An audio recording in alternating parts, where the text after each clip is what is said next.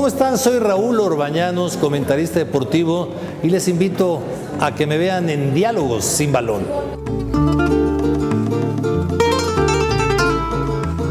¿En qué momento surge tu afición por el fútbol? ¿A qué edad en tu infancia recuerdas el haber pateado la primera pelota o el empezar a alimentar el gusto por el juego? No, bueno, es muy difícil establecerlo en qué edad precisamente, porque yo sí recuerdo que de muy pequeño, muy pequeño, no sé, serían 4 o 5 años, no sé, ya le pegaba el balón y me platica mi madre que pues cada cumpleaños yo quería un balón y le pegaba el balón. Mi padre era muy aficionado al fútbol, jugaba fútbol en forma amateur y yo lo acompañaba todos los sábados en una liga que se llamaba La Sabatina, y bueno, pues seguía, mientras que él jugaba, yo jugaba atrás con otros niños.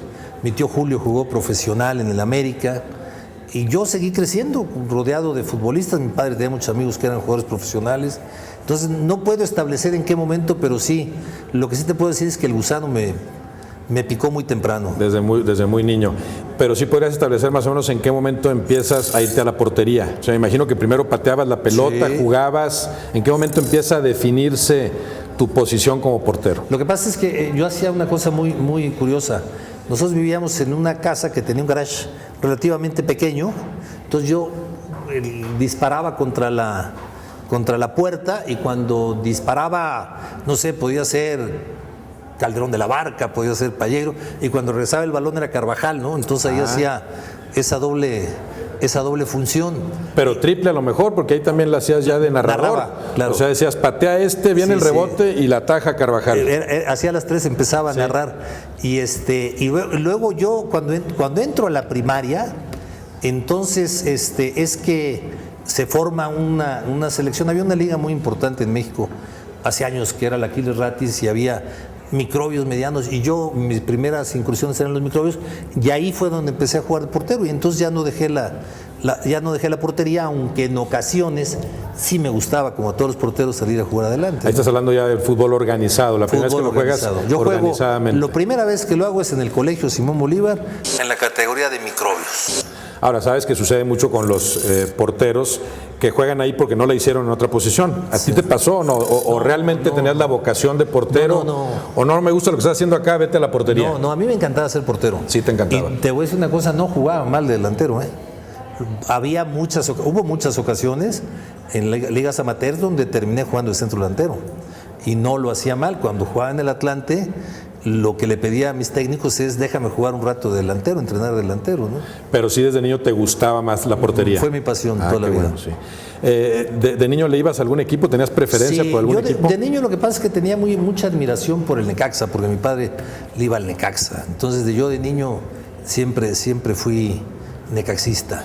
El Necaxa, no sé si el que jugaba en lo que ahora es el Estadio Azul, en aquel el Estadio de Ciudad Azul, exactamente. de los Deportes. Yo te digo que ese Necaxa era de Portugal, de Salazar, de Julio Palleiro, de Jorge Morelos, del Fumanchu Reynoso. El Necaxa que le ganó al Santos de Brasil, pues. Sí, ese Necaxa.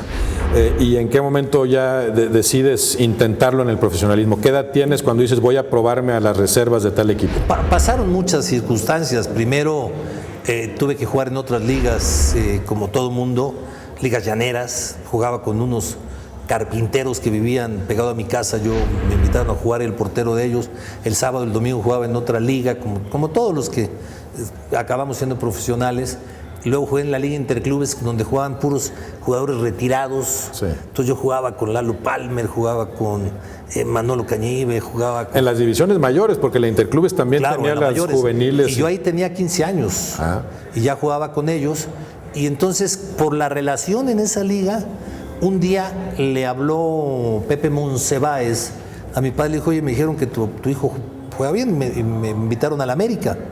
Y entrené en las reservas del América, y ahí estuve entrenando, jugando en el Campeonato Nacional de Reservas con el América, cuando los titulares eran Ataúlfo Sánchez y Jorge Iniestra. Sí. Y luego los que jugábamos... Es aquella época de Sague, Arlindo. Claro, Sague, Arlindo, sí, Babá, Cuenca, el Güero Jasso.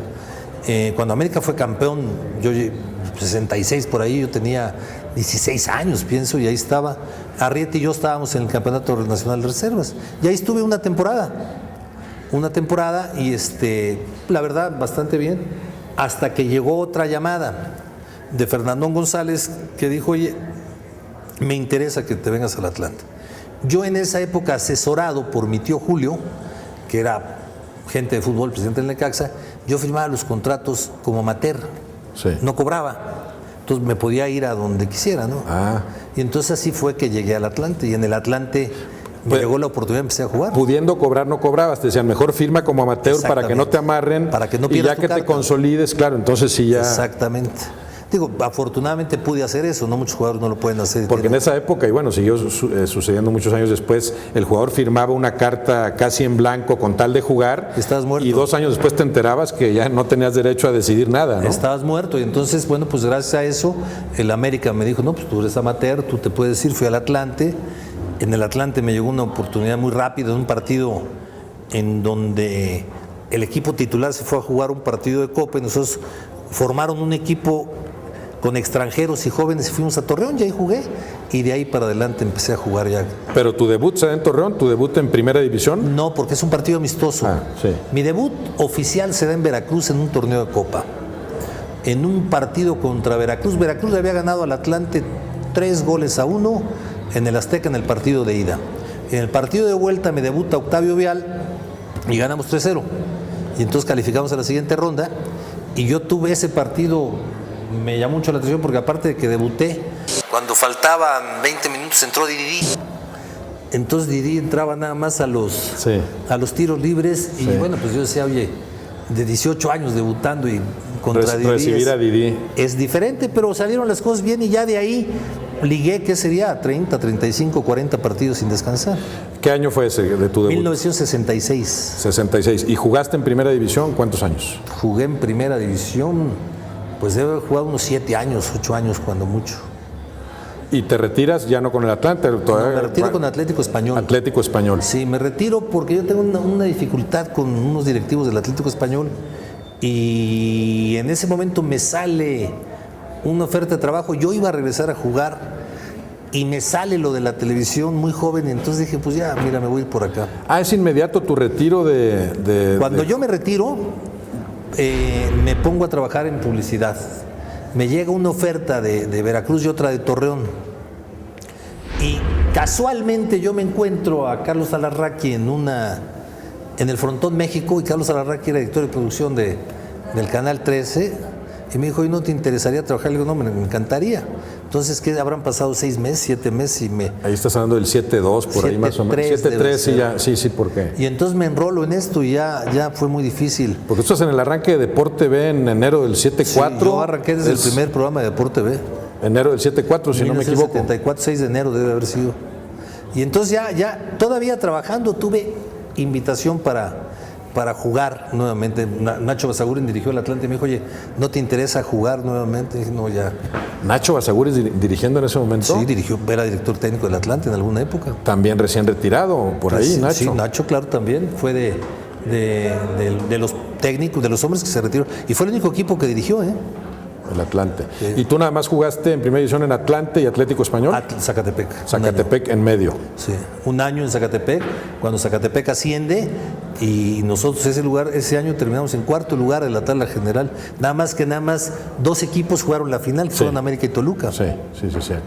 Aquel Toluca de Pereda y compañía, y el América del Reynoso recién llegado. Rodríguez, Borges, Hoch, todos ellos. Y entonces, ya que te retiras, ahí sí le vas al Atlante, ya como exjugador. En cuanto yo empiezo a jugar en el Atlante, dije yo, soy atlantista. De aquí soy. Y se me quedó muy grabado. Era un gran equipo, los compañeros excelentes, tiene una forma muy peculiar, no cobrábamos frecuentemente, la afición muy especial, y me hice atlantista. Raúl, ¿qué tendrá el fútbol? ¿Qué ingredientes le encuentras que provoca todo esto como fenómeno social? Mira, yo pienso que la difusión que le da en la actualidad, ya no nada más la televisión, el radio, los periódicos, ya no nada más 2 canales en el caso de México, como es Televisa y Televisión Azteca, sino Fox, ESPN, Estadio W, Telefórmula, PCTV. En México, en Europa es impresionante lo que se paga en Inglaterra por ver un partido de fútbol. Entonces todo esto ha ido creando un fenómeno social que yo, la verdad, te digo una cosa, cuando yo jugaba jamás en mi vida soñé que el fútbol fuera a llegar a esto. que derivara en todo esto, No, es que es increíble. que proliferara a ese nivel en México y en todo el mundo. Es increíble, o sea, yo por ejemplo veo que juega las Chivas, y entonces hay un partido de Chivas de Copa Libertadores, y ves en la calle a la gente con su playera de Chivas para ir a ver el partido por televisión, ni siquiera al estadio. Es increíble. Bueno, pero mencionas los grandes medios de difusión, o sea, el fútbol actual ya no se entendería sin la televisión. No, es imposible. De por medio, pero tú sabes que las televisoras, bueno, sobre todo las grandes televisoras, no dan brinco sin guarache, ¿verdad? O sea, algo vieron en el fútbol como un producto de consumo digno de ser explotado o canalizado al máximo, o sea, algo que no vieron en otros deportes. ¿Qué tiene el fútbol que no tengan otros para que los medios se hayan metido en ese nivel y lo hayan llevado a esas dimensiones? Pienso yo que porque es un deporte que es mucho más fácil de practicar, ¿no? O sea, tú necesitas una pelota, ponerla en el piso y de ahí sale un jugador. De ahí tú ves a los 8, 9 años, 10 años, dices, este juega muy bien, este juega de maravilla. Entonces, es un deporte que pueden practicar al mismo tiempo el que tiene dinero y el que no tiene dinero. Es un deporte en donde se juntan en el mismo vestuario un millonario que es el dueño del equipo con alguien sin educación que es el centro delantero y que viene de la calle, y resulta que la gente quiere más al que no tiene educación que al dueño. O por lo menos tienen las mismas posibilidades, ¿verdad? No entras con ninguna ventaja. Ahí no hay ninguna diferencia, o sea, el fútbol hace que la reina Isabel reciba a Pelé, el fútbol hace que Maradona pueda hacer lo que quiere y la gente se lo perdona. Entonces, todo esto con la difusión que tiene ha creado un fenómeno social diferente, ¿no? Que tiene que ver con lo sencillo que es para jugarse y quizá también con lo sencillo que es para entenderse, o sea, la simplicidad de las 17 reglas en general. Sencillo para entenderse, entre comillas, ¿no? Porque para entender lo elemental. Elemental, porque entender bien este deporte es muy complicado. Sí. Muy complicado. Para entender lo elemental, sí, desde luego. Y yo recalco siempre mucho eso, ¿no? Es un deporte en donde no hay diferencias ni clases sociales. Principalmente eso. Sí, yo te pregunto una cosa, si en este momento saliera a la calle aquí Cuauhtémoc Blanco, saliera Emilio Azcárraga, pues te aseguro que más gente iría con Cuauhtémoc que con Emilio Azcárraga.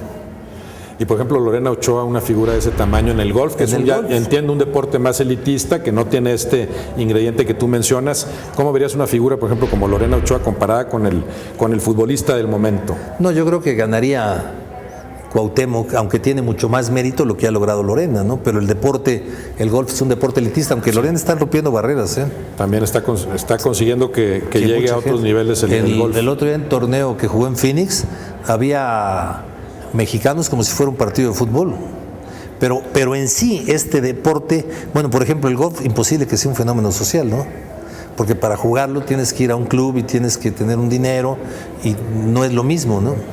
Hablando de las reglas del juego, ¿tú le modificarías algo al fútbol? ¿Hay alguna regla que cambiarías? Ya sabemos que se han ido produciendo cambios muy leves, graduales, paulatinos, porque la FIFA los ha hecho con mucho cuidado. De hecho, cuando tú jugabas ahora, pues sí hay cambios sustanciales. Tú de portero, bueno, el jugador te podía ceder la pelota y la tomabas y la botabas y despejabas. ¿Actualmente le modificarías algo? Yo sí haría más modificaciones. Me parece que hay muchas reglas que no protegen al fútbol, sino que van contra la esencia del juego, como por ejemplo el fuera de juego en este momento, que este jugador sí interviene, que el otro no interviene, cuando hay equipos que sistemáticamente hacen sus movimientos para salir y dejar en posición adelantada a un jugador, y resulta que ese hombre en una segunda jugada te puede hacer un gol, ¿no? Tú te irías a lo de antes, de que estás adelantado, es fuera de juego. Fuera de juego. Para que el defensa tenga esa referencia, claro, ¿verdad? Jugamos en función de eso. Claro, y ahora resulta que él no entra, pero el otro sí, ¿verdad? Exactamente. Yo también modificaría lo de las manos, ¿no? Que decir, oye, dejarle al árbitro el criterio y si es mano deliberada o no, pues bueno, van a ser las discusiones de toda la vida. Yo siempre he pensado también, cualquier mano marca la como adiós, como era antes. Oye, accidentalmente te pegó, bueno, ni modo, fue el mérito Tienes que prepararte para entrar con las manos atrás cuando juegas dentro del área. Y lo último que haría es poner una cámara en las porterías. Se va a dar una vez en cada torneo, pero va a ser significativo, ¿no? Si rebasó o no la línea de gol. Si entró o no entró. Esa. Nada más. Fuera de eso. Sí, estás hablando, vamos a decir, de lo más delicado dentro de un juego, claro, que se dé por bueno un gol cuando el balón no rebasó, o al revés, que un gol bueno no te lo acredite. Pero fuera de eso yo ya no haría nada, ¿eh? Creo que este deporte está bastante bien pensado. Hay que agradecerle a los ingleses que lo reglamentaron porque aunque no son los mejores, lo reglamentaron bien. Lo reglamentaron bien y así ha proliferado y así ha ido metiéndose cada vez más en el gusto de la gente, ¿no? Se habla también de ayuda a los árbitros, ¿no? Porque cada vez es más complicado que un árbitro pueda controlar a 22 atletas, que cada vez son más atletas. Sí. Pero bueno, yo creo que eso no tiene remedio. Y lo ves también como parte del encanto del juego, ¿verdad? Pues quizá sí. no sería lo mismo si no hubiera tantas discusiones en torno a una sola decisión arbitral, ¿no? Yo creo que sería muy complicado cambiarlo. Hablan de poner 2 árbitros, uno de cada lado, sería terriblemente. Imagínate un árbitro con la mentalidad de Chundia en medio campo y el otro lado Marco Rodríguez, pues de este lado expulsan a 3 y de este lado ninguno, ¿no? Acá se vale todo y aquí, nada. Aquí hay roja tras roja, ¿no? Claro. Así es. Esto de la televisión explotando el fútbol o difundiéndolo, vamos a decir, lo ves completamente legítimo. O sea, hay un beneficio recíproco. Sí, El fútbol se beneficia con la televisión y la televisión se beneficia con el fútbol. Sí, yo creo que sí, sí. Sin embargo, yo tengo un punto de vista. Yo creo que estamos cayendo en exageraciones. O sea, no pasa una semana sin que tengas 10 partidos de fútbol y los puedes ver en todo el mundo. Entonces me parece que sí estamos cayendo demasiados torneos. O sea, bueno, la Champions es un super torneo, la Libertadores es un super torneo, pero existe la UEFA, existe la Sudamericana, existe ahora, ven nada más, la Conca Champions. O sea, hay canchas en el Caribe que no se pueden ni jugar y van a entrar a este torneo. Yo creo que está cayendo en una exageración. Y puede producirse alguna saturación también que en el futuro la gente, digo, ya es demasiado, sí, ¿no? ya fue mucho.